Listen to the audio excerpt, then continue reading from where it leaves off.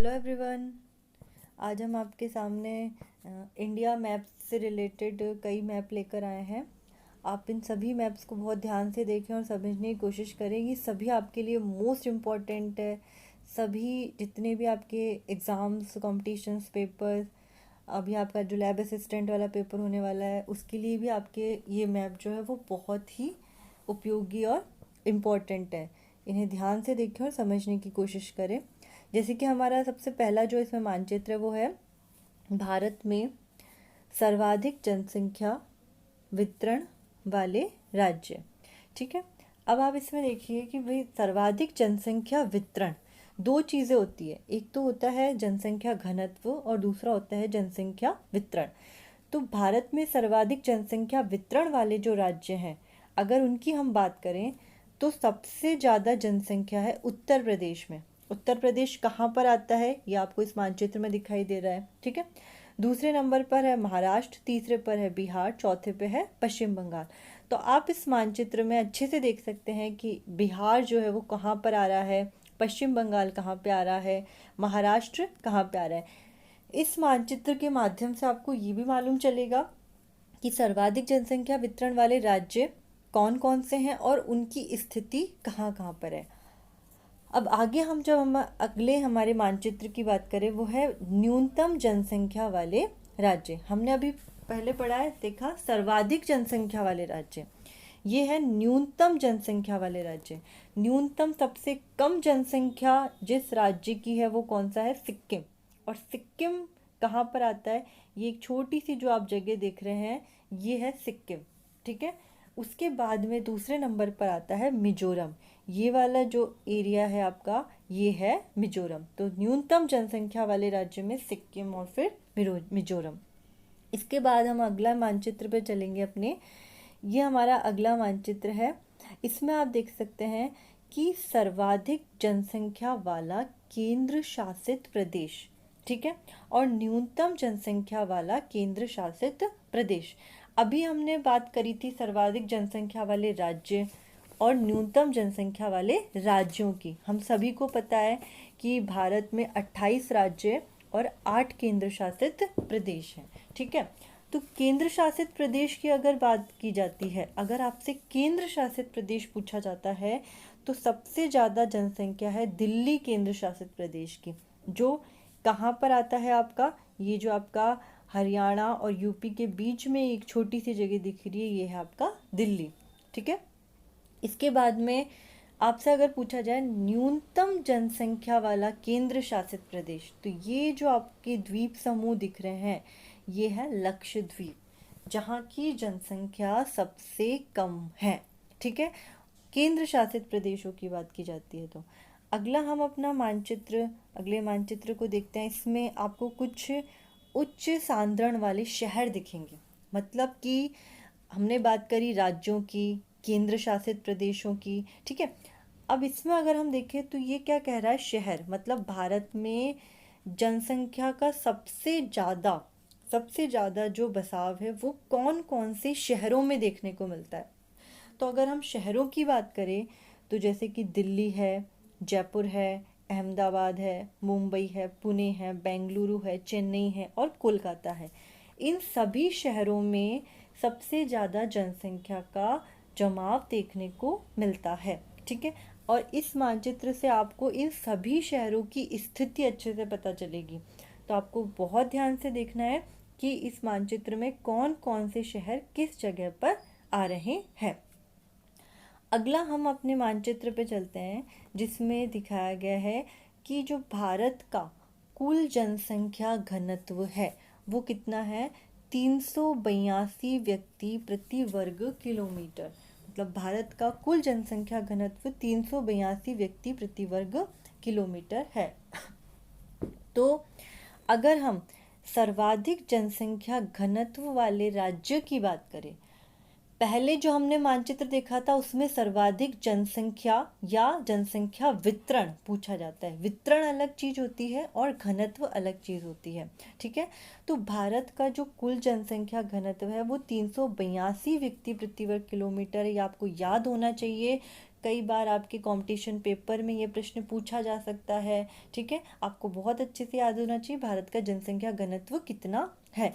और इसके आगे की जो लाइन है वो भी आपको याद होनी चाहिए। कभी कभी ऑब्जेक्टिव प्रश्न में व्यक्ति प्रति वर्ग मीटर दिया जा सकता है, व्यक्ति प्रति वर्ग किलोमीटर दिया जा सकता है, व्यक्ति प्रति वर्ग हेक्टोमीटर दिया जा सकता है। तो इस प्रकार से आपको ये भी पता होना चाहिए कि 382 व्यक्ति प्रति वर्ग किलोमीटर भारत का जनसंख्या घनत्व है। इसके बाद में हम इसमें देखते हैं कि सर्वाधिक जनसंख्या घनत्व वाले राज्य कौन कौन से हैं। तो हम इसमें बात करें तो सबसे पहले नंबर पर है पश्चिम बंगाल, फिर सबसे पहले नंबर पर है बिहार, उसके बाद पश्चिम बंगाल, फिर केरल और फिर उत्तर प्रदेश। इन चारों राज्यों को आपको ध्यान से देखना है, आपको इनको क्रम के अकॉर्डिंग याद करना है, क्योंकि कई बार इसमें क्रम पूछा जा सकता है, अवरोही क्रम पूछा जा सकता है कि भारत में सर्वाधिक जनसंख्या घनत्व वाले राज्यों का अवरोही क्रम बताइए। तो हमें बिहार, पश्चिम बंगाल, केरल और उत्तर प्रदेश। इसके अलावा बिहार का जनसंख्या घनत्व कितना है ये भी हमें ध्यान रखना है, 1102 व्यक्ति प्रति वर्ग किलोमीटर। पश्चिम बंगाल का 1029 व्यक्ति प्रति वर्ग किलोमीटर, केरल का 859 व्यक्ति प्रति वर्ग किलोमीटर और उत्तर प्रदेश का है 888 व्यक्ति प्रति वर्ग किलोमीटर। कई बार हमसे इनके जो क्रम हैं वो पूछे जा सकते हैं।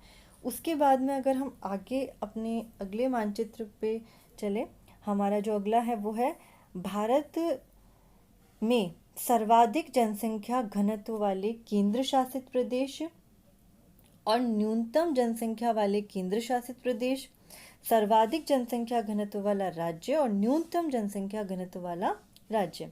ठीक है, एक तरफ तो ये राज्य की बात कर रहा है, सर्वाधिक जनसंख्या घनत्व वाला राज्य, दूसरी तरफ ये न्यूनतम की बात कर रहा है और दूसरी तरफ राज्य की बात कर रहा है। ठीक है, इसी प्रकार एक तरफ ये सर्वाधिक जनसंख्या घनत्व वाले केंद्र शासित प्रदेश की बात कर रहा है और दूसरी तरफ न्यूनतम जनसंख्या घनत्व वाले केंद्र शासित प्रदेश की बात कर रहा है।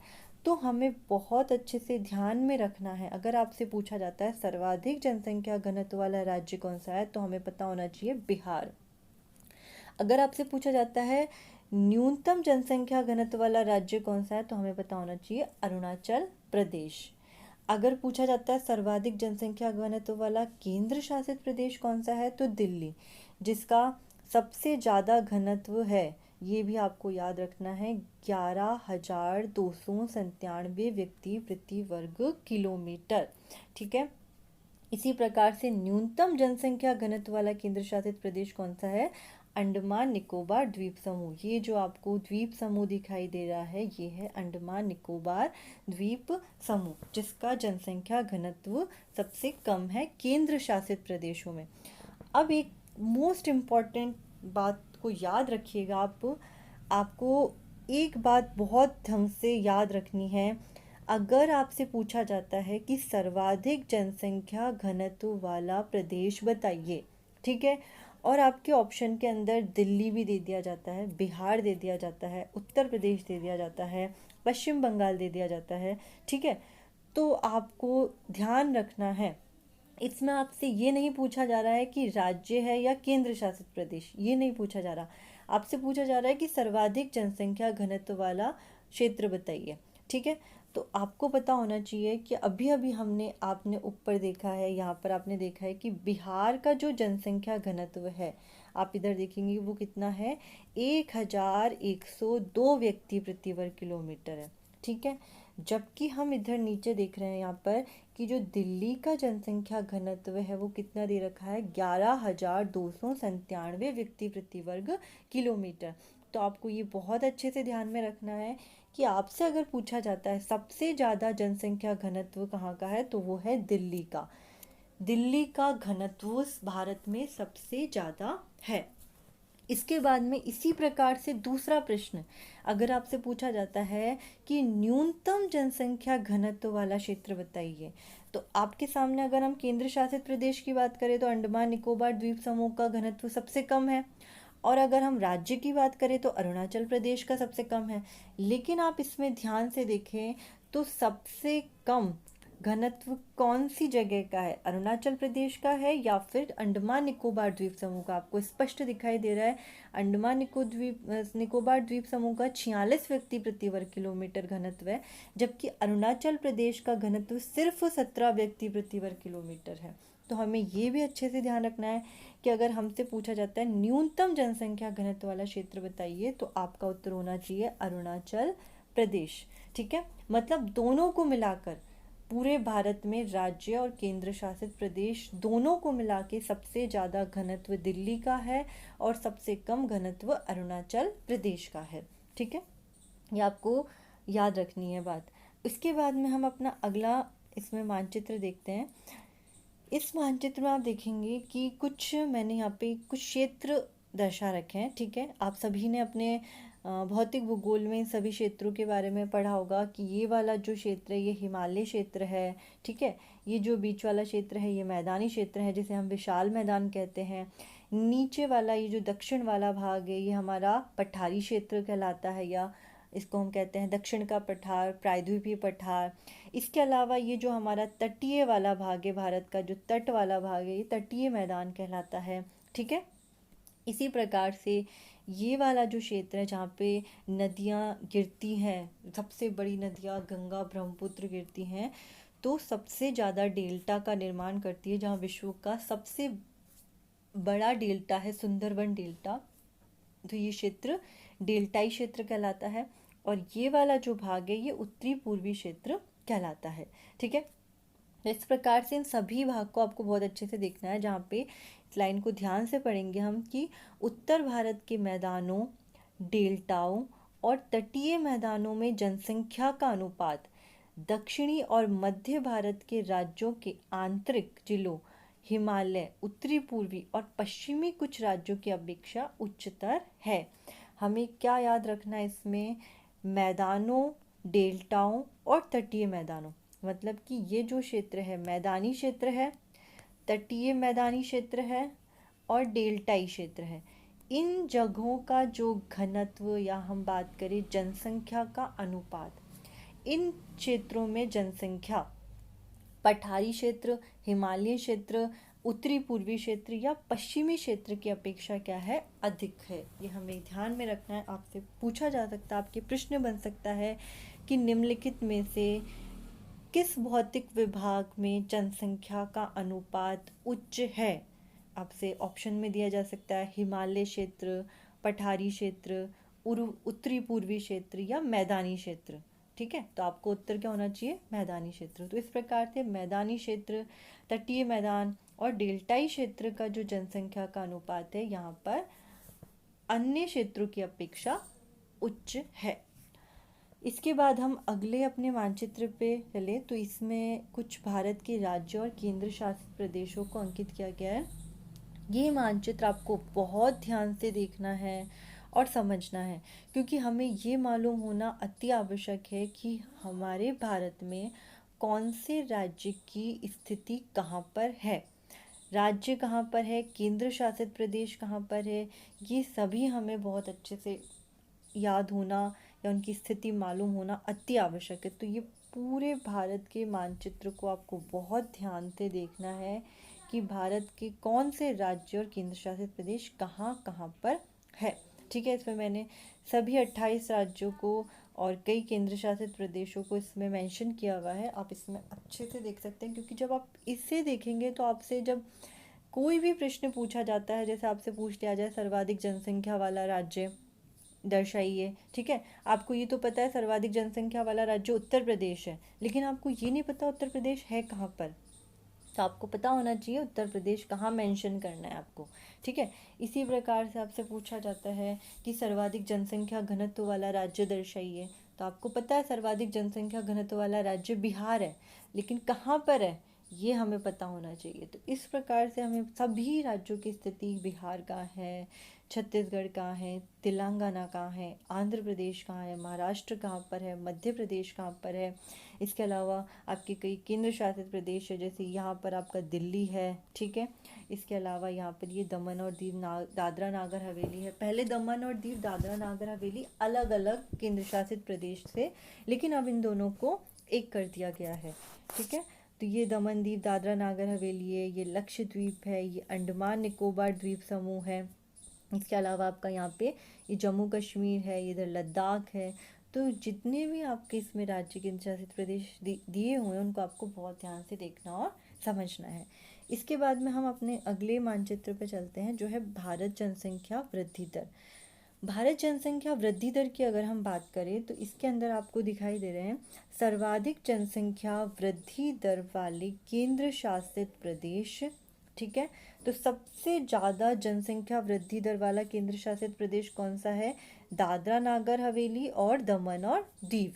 ठीक है, पहले नंबर पे दादरा नागर हवेली आता है और दूसरे नंबर पे दमन व दीव आता है। जब 2011 की जनगणना के अकॉर्डिंग है तो उस समय ये दोनों केंद्र शासित प्रदेश अलग अलग थे, तो इन दोनों का जो कैलकुलेशन किया गया वो भी अलग अलग किया गया। ठीक है, गणना की गई वो भी अलग की गई, इसलिए पहला नंबर दादरा नागर हवेली को देंगे और दूसरा हम दमन और दीव को देते हैं।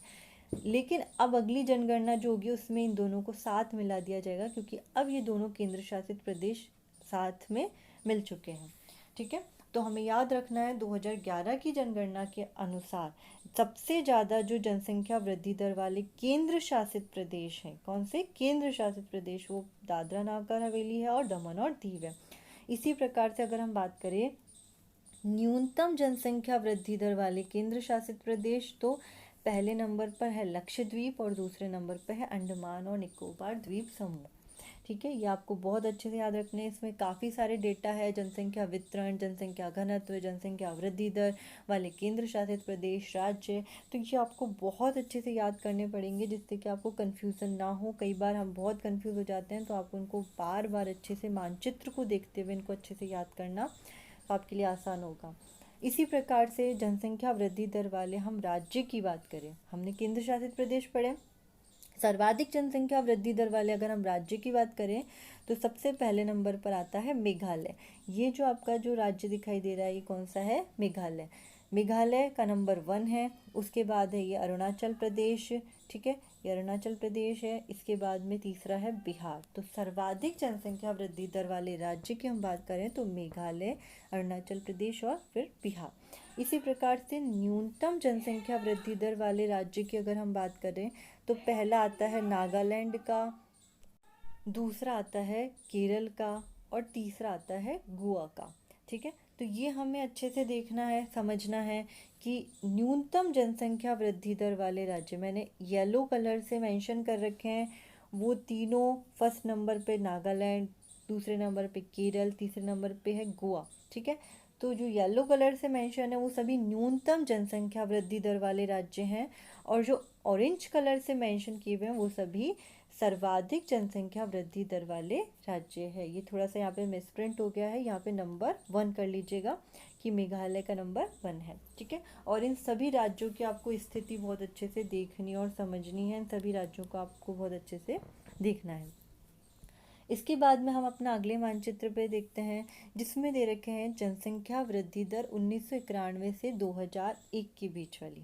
अब आपको इसमें देखो ध्यान से देखना है कि 2 तरीके से जनसंख्या वृद्धि दर वाले राज्यों को डिवाइड किया गया है। जैसे कि सबसे पहला है कि 20% तक की जनसंख्या वृद्धि दर वाले राज्य।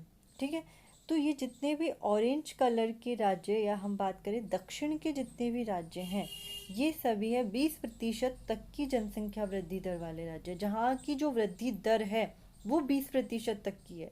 ठीक है, जैसे कि गोवा है, कर्नाटक, आंध्र प्रदेश, ओडिशा, पुदुचेरी, तमिलनाडु और केरल।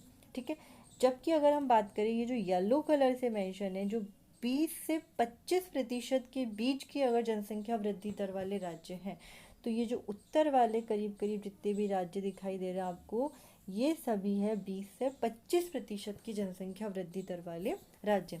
ये 1991 से 2001 के बीच के आंकड़े हैं। इसके बाद में हम अपने अगले मानचित्र पे चले तो इसमें है जनसंख्या वृद्धि दर 2001 से 2011 के बीच की। तो इसमें जो जनसंख्या वृद्धि दर दिखा रखी है वो क्या है? ये कह रहा है इधर कि जनसंख्या वृद्धि दर में सर्वाधिक गिरावट कौन से राज्य में आई है? तो सबसे ज़्यादा गिरावट आई है आंध्र प्रदेश में। अगर हम 2001 से 2011 के बीच में अगर बात करें तो सबसे ज़्यादा जो जनसंख्या वृद्धि दर में जो गिरावट आई है वो आंध्र प्रदेश की है, और सबसे कम जो गिरावट आई है वो महाराष्ट्र की है। अब गिरावट का मतलब, जैसे कि हम बात करें एग्जाम्पल फॉर, जैसे मान लीजिए एग्जाम्पल फॉर कि किसी राज्य की जो जनसंख्या वृद्धि दर है ये 20 से बढ़ के 27 हो गई, ठीक है। और किसी राज्य की जो जो सॉरी जैसे किसी राज्य की जो जनसंख्या वृद्धि दर है वो 20 से घट के मान लीजिए 11 हो गई, ठीक है।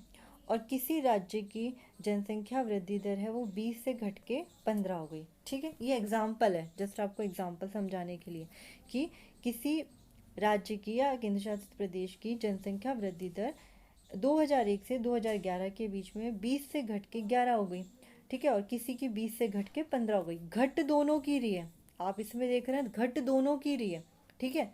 लेकिन सबसे ज़्यादा घट कौन सी जगह की रही है? 11 वाली, क्योंकि यहाँ पे घटत कितने अंकों की हो रही है? लगभग 9 अंकों की घटत हो रही है, ठीक है। और यहाँ पे घटत 5 अंकों की हो रही है। तो सबसे ज़्यादा गिरावट हो रही है वो इस जगह की हो रही है, और सबसे कम गिरावट जो हो रही है वो इसकी हो रही है, 15 वाले की हो रही है, ठीक है। तो ये आपको एक समझाने के तौर पे था कि जिस जनसंख्या वृद्धि दर में जो सबसे ज़्यादा गिरावट हुई है वो आंध्र प्रदेश राज्य की हुई है, जबकि सबसे कम गिरावट हुई है वो महाराष्ट्र की हुई है। इसी प्रकार से अगर हम वृद्धि की बात करें तो जनसंख्या वृद्धि में जो सबसे ज़्यादा वृद्धि हुई है, ठीक है, सबसे ज़्यादा जिस राज्य या केंद्र शासित प्रदेश में वृद्धि हुई है तो वो तमिलनाडु और पुदुचेरी में है। तो इस प्रकार से हमें याद रखना है कि सबसे ज़्यादा जो वृद्धि है वो कौन से राज्य और केंद्र शासित प्रदेश में हुई है? तमिलनाडु और पुदुचेरी में। सर्वाधिक गिरावट कौन से राज्य में हुई है? आंध्र प्रदेश में। सबसे कम गिरावट हुई है महाराष्ट्र में। इसके बाद में हम इसमें आगे एक मानचित्र देखते हैं, जिसमें हम देखेंगे कुछ, यहाँ पर आपको कुछ शहरों के नाम, कुछ जगहों के नाम दे रखे हैं जो आपको बहुत अच्छे से याद करने हैं। आपसे पूछे जा सकते हैं मैप में। लुधियाना कहाँ है? जालंधर कहाँ पर आ रहा है आपका? ठीक है, पंजाब में। इसके बाद में दिल्ली कहाँ पर है? कानपुर कहाँ है? उत्तर प्रदेश में। कोलकाता कहाँ है? पश्चिम बंगाल में। मुंबई महाराष्ट्र में। अहमदाबाद सूरत गुजरात में। बेंगलुरु मसूर आपका कर्नाटक में। और मदुरई कोयम्बटूर है तमिलनाडु में। तो इस प्रकार से आपको इनको कुछ शहरों को अच्छे से देखना है, इनकी स्थिति देखना है कि आपसे पूछा जा सकता है कि कहाँ पर इनकी स्थिति है, तो आपको इनको अच्छे से याद करना है।